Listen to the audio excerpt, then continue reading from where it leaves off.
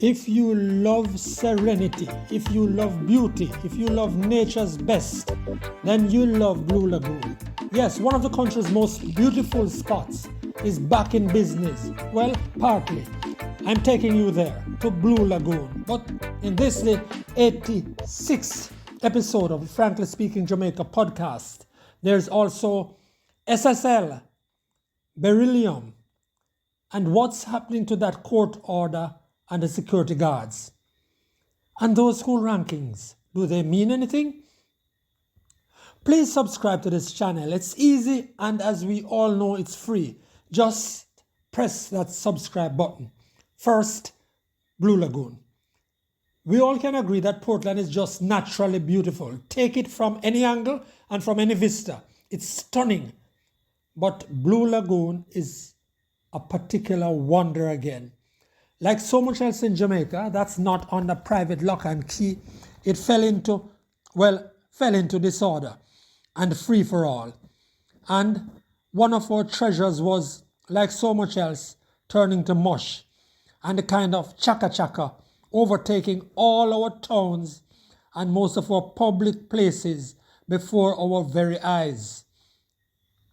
Blue Lagoon is back, partly. The crowds are not there yet, and as you'll hear, the rafting and the once popular boat tours are not back yet either.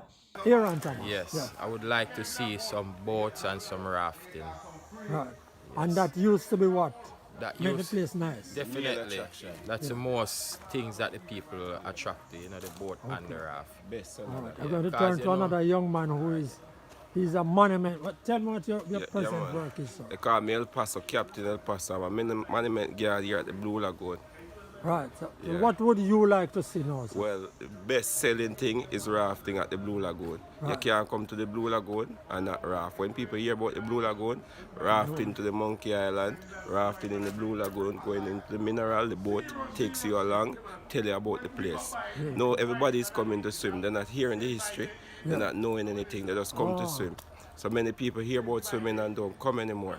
Yeah, we get affected from the recreation, the commercial activities out. The bamboo rafting are the main attraction here at the Blue Lagoon, and since it out, imagine from the 1st of June, since the reopening of the Blue Lagoon until this present moment, we have seen millions of dollars, not thousands, millions of dollars just go down.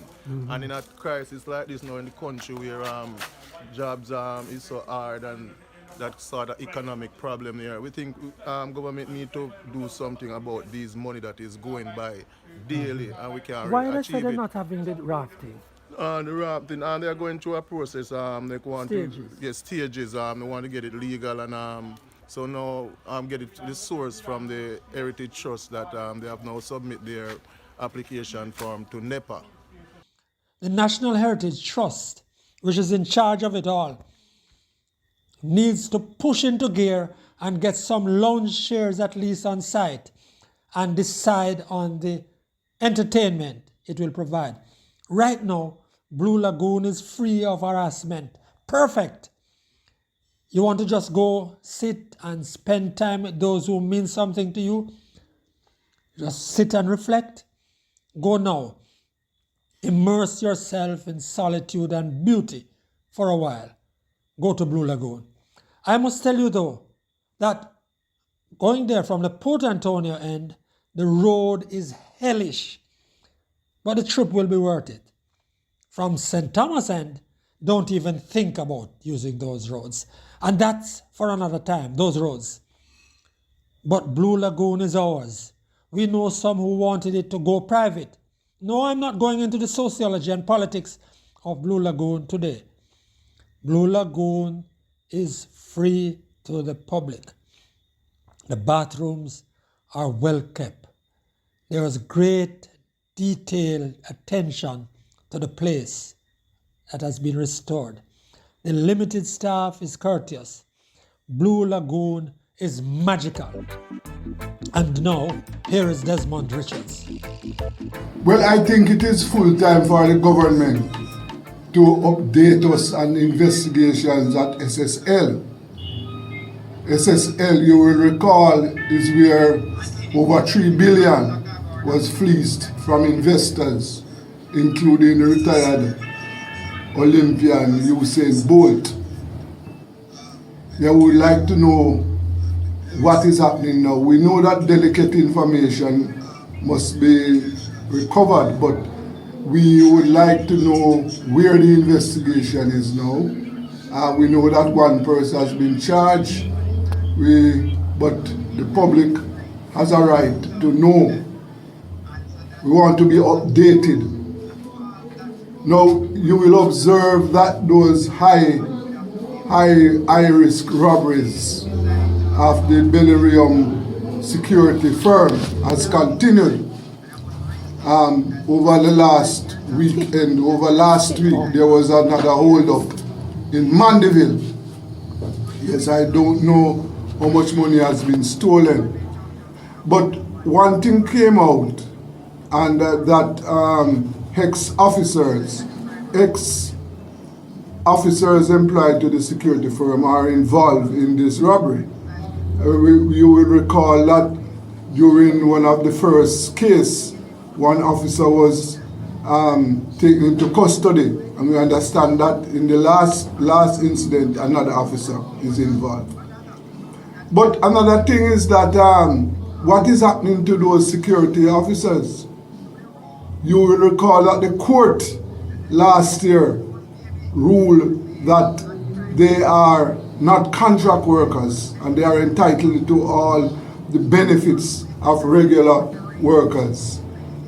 Now, to date, the company has been dragging its feet in ensuring that the workers are properly paid.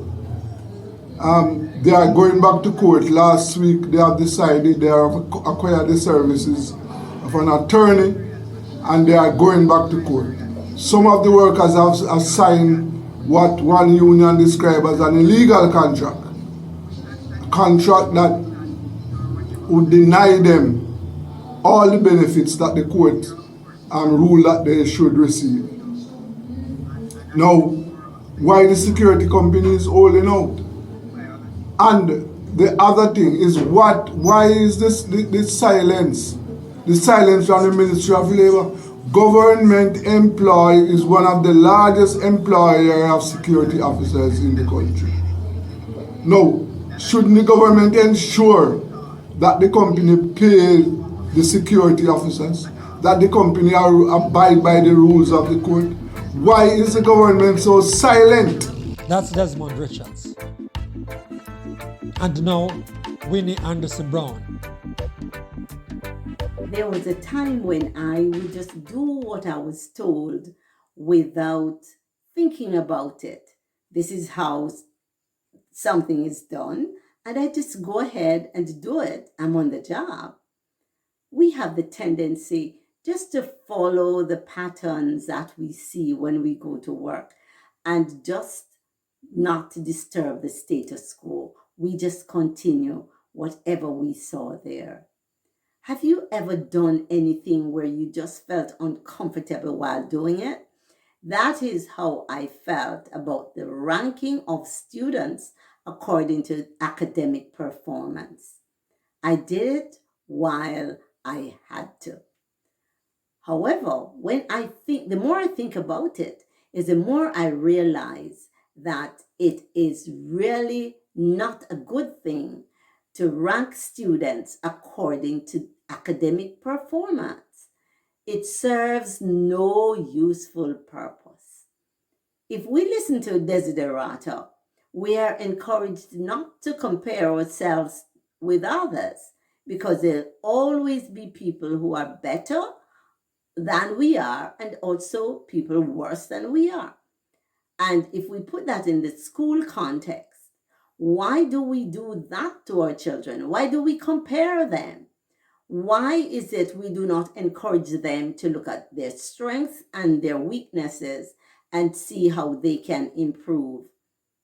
There's no need to compare them to others, and the practice of ranking schools is in the same category. It serves no useful purpose. It is time to stop it. It is a lot to ask because so many people are really sold on this. Parents, teachers are really happy about this. But when we think about it, what useful purpose does ranking of students according to academic performance or ranking of schools serve? What useful purpose? That's Winnie Anderson Brown. That's our podcast this week. It's number 86. Please subscribe and put your comments on our channel, please. On behalf of Desmond Richards and Winnie Anderson Brown, I'm Franklin McKnight. Until next time.